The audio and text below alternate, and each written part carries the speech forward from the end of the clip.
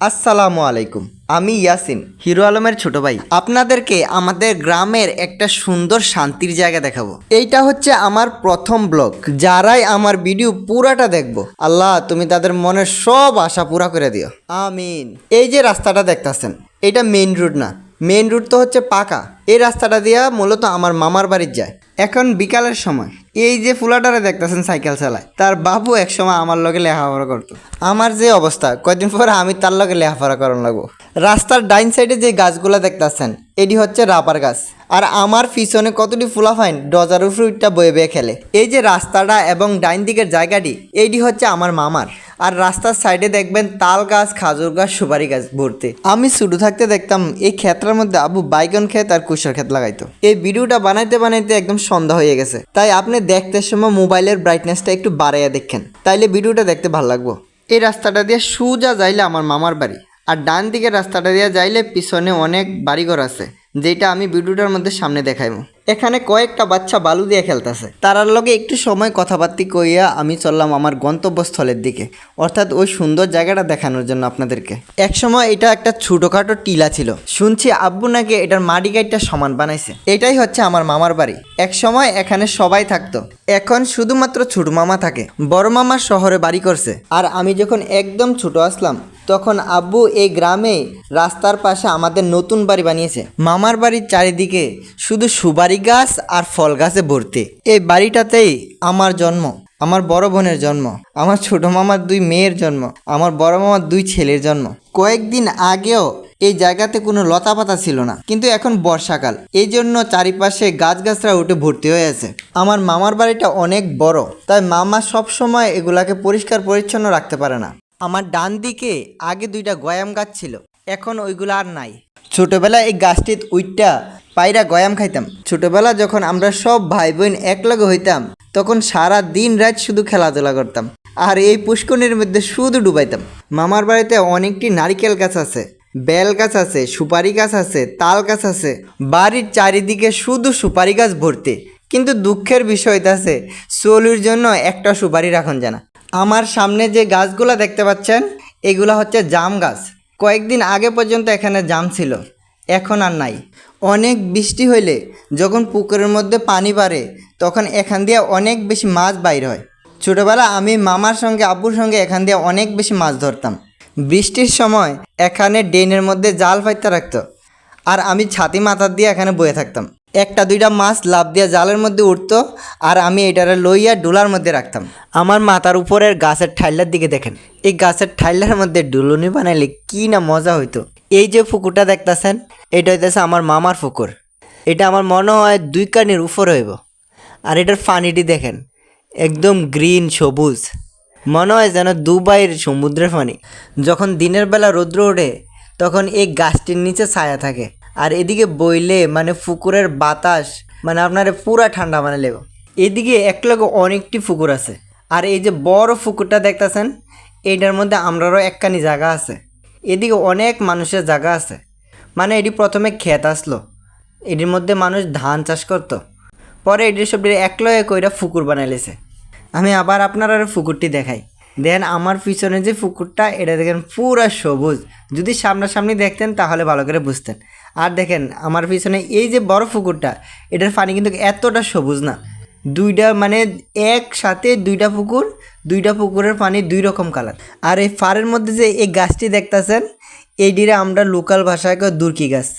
আমরা যখন আগে খেলতে যাইয়া ফইরা যেতাম, ফইরা চলে যেতাম বা হাত পা কাটতে যেত, তখন এডির রস ডইল্লা এই কাটা জায়গার মধ্যে দিয়া দিতাম, তখন রক্তটা মানে বন্ধ হয়ে যেত।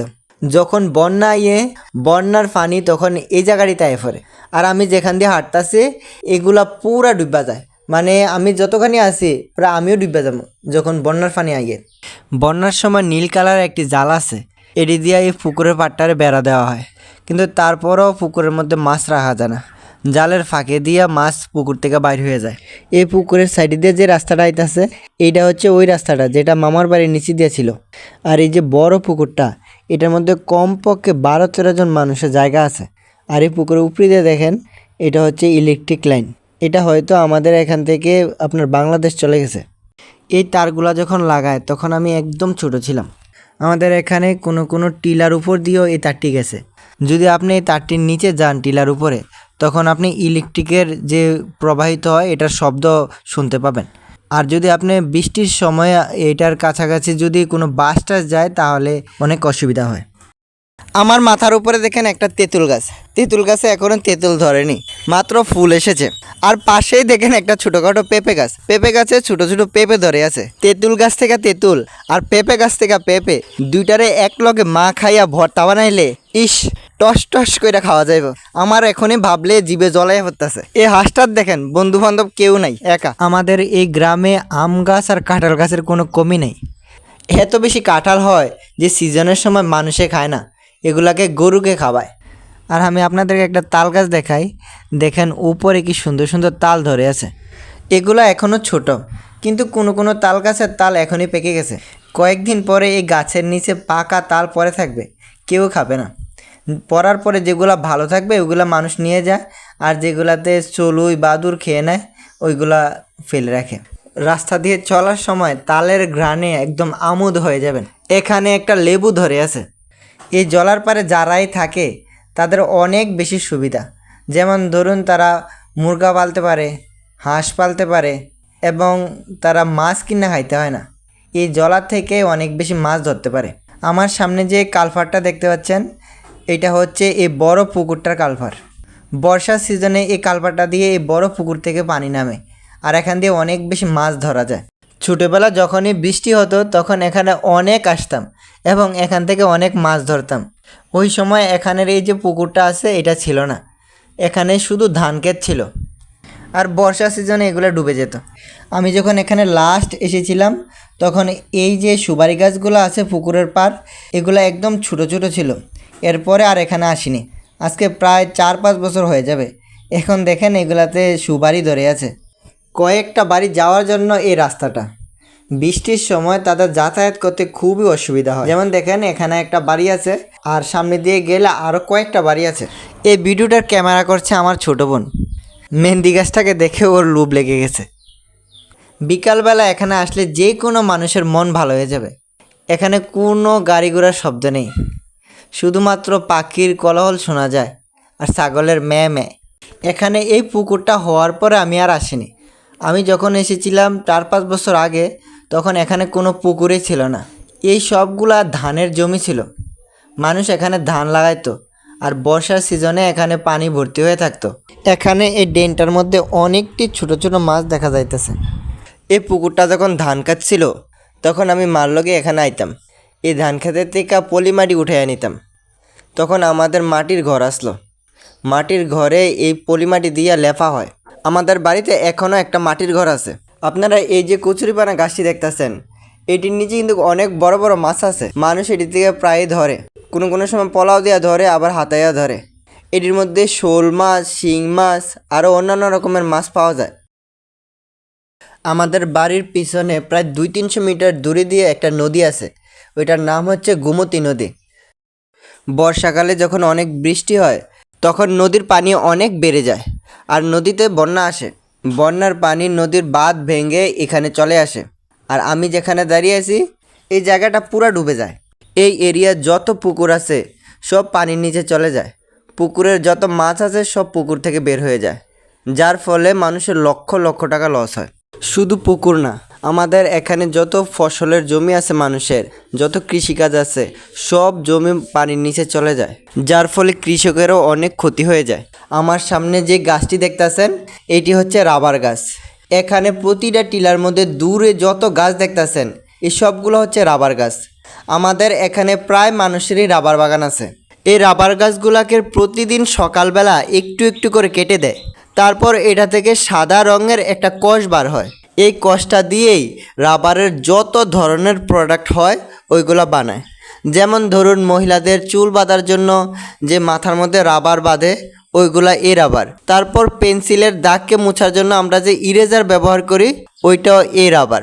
তারপর আমাদের টায়ার বানাতেও এই রাবার ব্যবহার হয়। এছাড়া অনেক কাজে এই রাবার ব্যবহার হয়।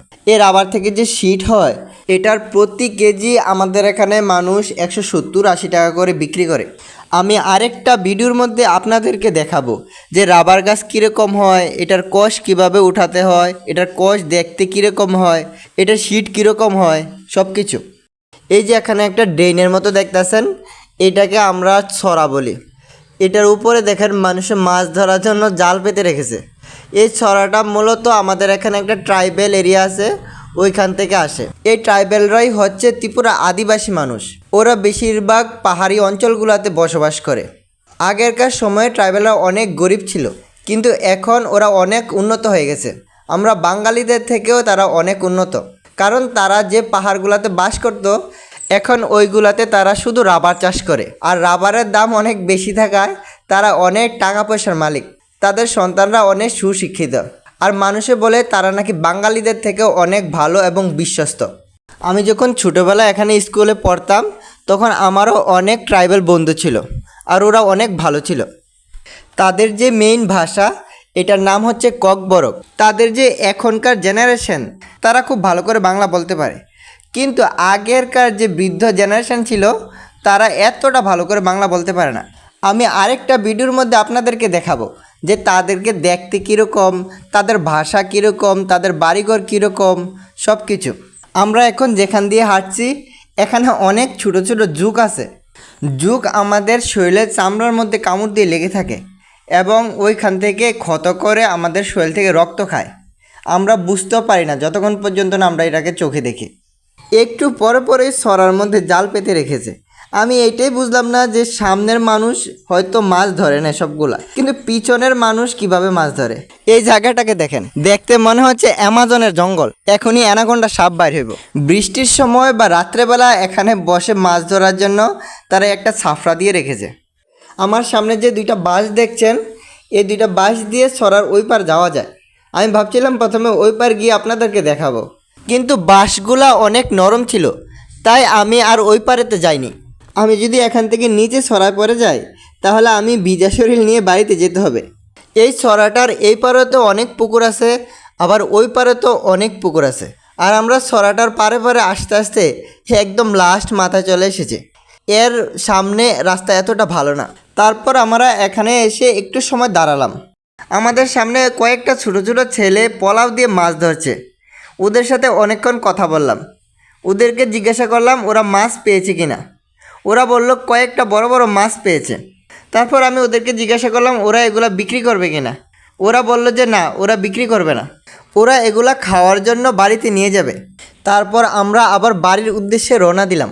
আমাদের এখানে কত মানুষ এই সরার পার বা নদীর মধ্যে রাত্রেবেলা মাছ ধরে।